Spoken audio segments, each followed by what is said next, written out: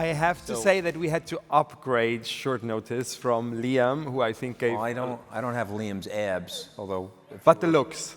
If you were at Bond last night, the guy's got an 8-pack. It was very impressive, I have to confess that. So, but let's get right into this. You were on a trip, a mushroom trip, and you discovered Bitcoin. So let's go right there. Tell me how that happened. Okay, so that is... It's very much shortened. It's not wrong, but it's sort of shortened, meaning, as maybe some of you know, because it's even on my arm, I'm a big believer in the medical potential of so-called psychedelics, which magic mushroom is one of them. And my company, Atai, is developing these so-called psychedelics and also some non-psychedelic drugs for hopefully an effective treatment for mental health issues. I came to psychedelics, sorry, and this is the long answer, but I think it's important because I wanna get it right. It's like I personally came to psychedelics completely sort of randomly, and I would never have thought that.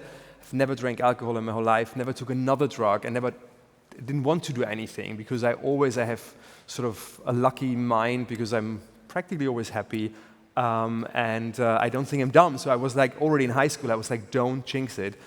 And then there was a long story before, like sort of, and I believe in sort of fate and stuff like that. So several people over years were like, you should try mushrooms. I was like, you're fucking insane. Like it's an illegal drug. Like, and I'm not going to do it. And in 2014, I tried it actually in the Caribbean, so in a place where it's legal with a guide together. And it was hands down, it was the single most important, moving, deepest experience I've ever made. And because I knew that these sort of drugs were used in the last century for treatment of mental health issues, I came out of it, and I also investing in biotech. So my two big sort of sectors as an investor are biotech and crypto. I came out of it and was like, okay, holy shit, like if it's doing this amount of positivity and good stuff for me as a happy, healthy person, I can totally see how it's actually helping or can help people with mental health issues, and that led me sort of on my endeavor to make the whole group of drugs medically available again. So having said that, I always have two things. The one is like when, and sorry for the long answer, when we all talk about mental health, meaning mental health is the biggest problem in healthcare of our time, and maybe even the biggest problem of our time in general, because what Andrew actually said before, if you look at it, like many problems, I believe, in politics, in society, actually are rooted in deep mental health problems of actually all of us. And the question is, for example, where do we start saying somebody is depressed? Like, yes, there is a scale, so there is a test which a psychotherapist could make with you. But like, then, do you feel really happy? Maybe you're not depressed, but are you really, truly, deeply happy? So I think sort of mental health is actually is important for everybody, not just for the people we deem to be sick.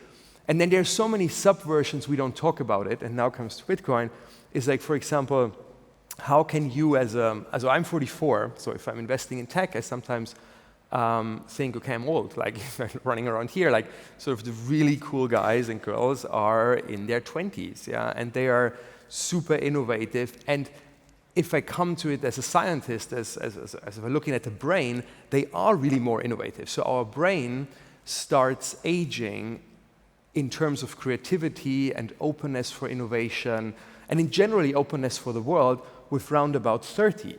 Yeah, so luckily sort of the intellectual decline, Alzheimer's, dementia is coming at the very end, but like the sort of creative decline is starting way earlier.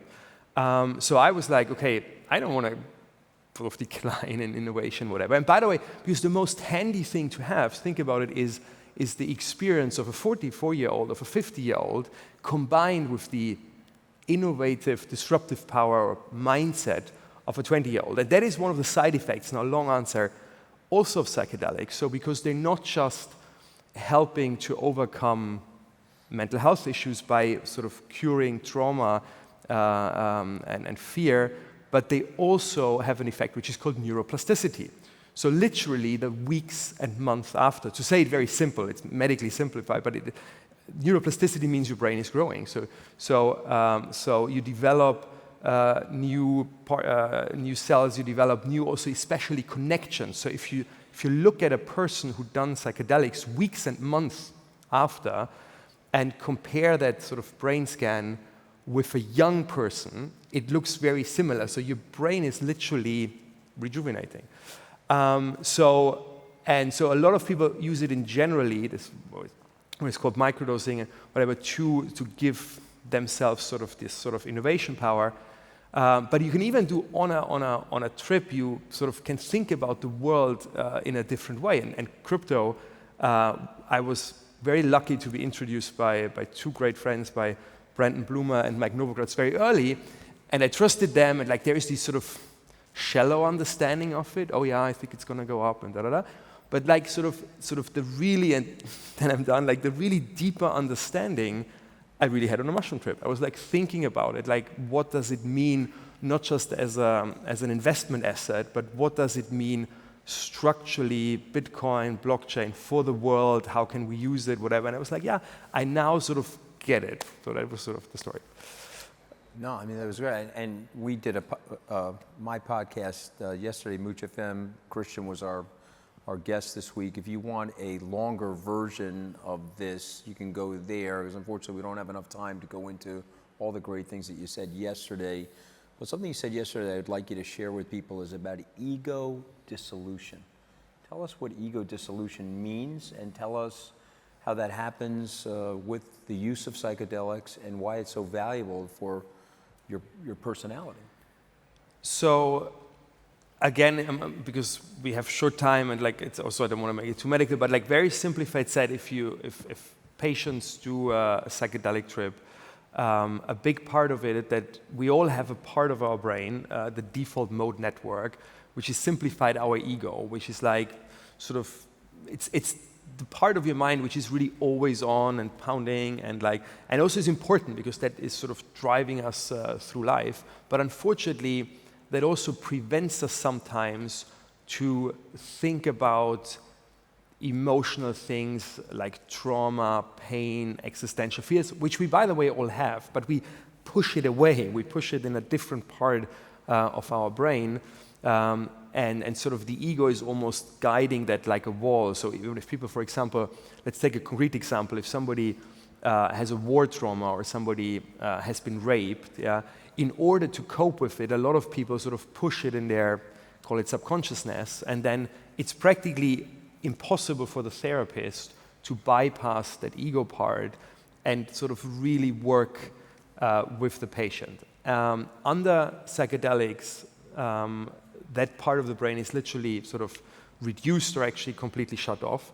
And the interesting thing is, and it's very hard, by the way, to talk about it without using spiritual terms. I try always to stay neutral because everybody has a different faith, and if you use words like soul or whatever, then some people say, oh no, that's not for me, and other people have maybe different ideas than I want to say. But like, interestingly, like in the moment the ego is reduced, something else is emerging. So you can call it your soul, you can call it your inner voice, you can call it your subconsciousness.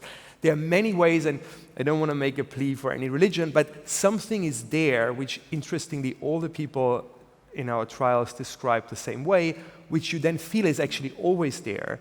You just can't hear it or listen to it or communicate with it because your ego is sort of blocking it. And that's then the level where a lot of healing can happen. Especially like, again, with the drivers of mental health problems, which is trauma, existential fear, and the third is loss of connection. So it's very COVID, like, I mean, the crazy number is like, before COVID, like 2019, that's the last global official number we have, the official number was 1 billion people globally were diagnosed with a mental health issue.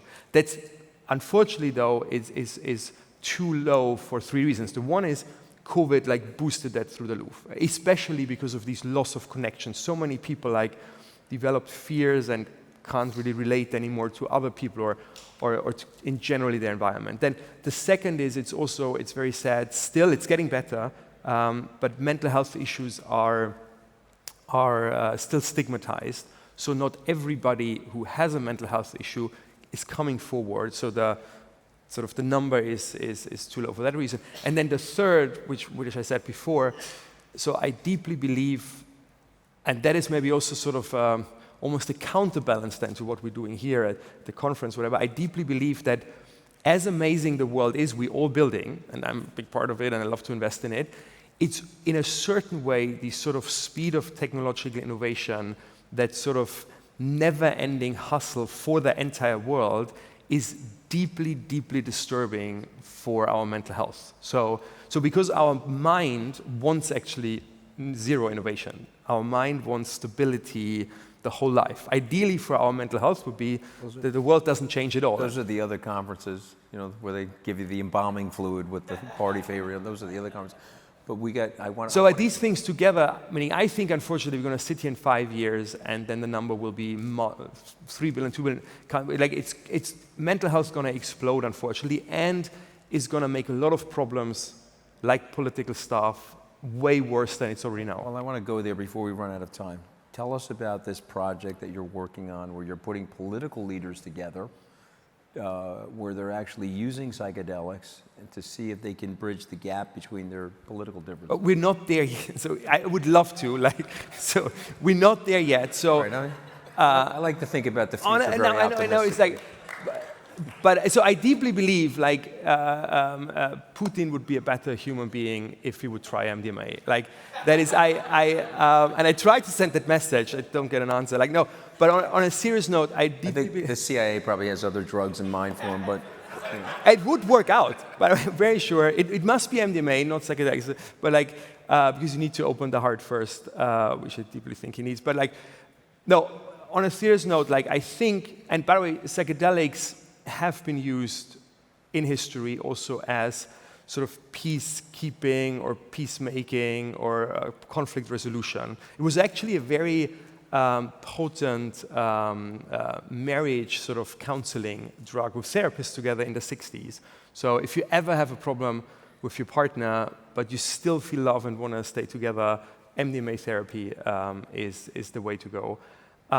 And so in order to bring that back, so by the way, everything we're doing, so I'm telling you sort of the anecdotes, but what I think is important, and I want to mention it because I am always getting drawn in my own enthusiasm, is like we want to make these psychedelics medically available because throughout 10,000 years of human history, they always have been used in a very ritualistic, very formal framework. It's important, so I don't want them to be legal because they are very potent drugs and they can also go in the other direction. So what we wanted, actually, I want to recreate how it has always been in humanity. You can do it with a shaman. The shamans of our times are the psychotherapists. So if we're successful, which I deeply believe we will be, in some years you can go to your psychotherapist and do the trip with them together. Yeah, because that is sort of part of the healing is the assistance and sort of the guidance. And also then, by the way, even beyond, like, because you learn a lot on a trip,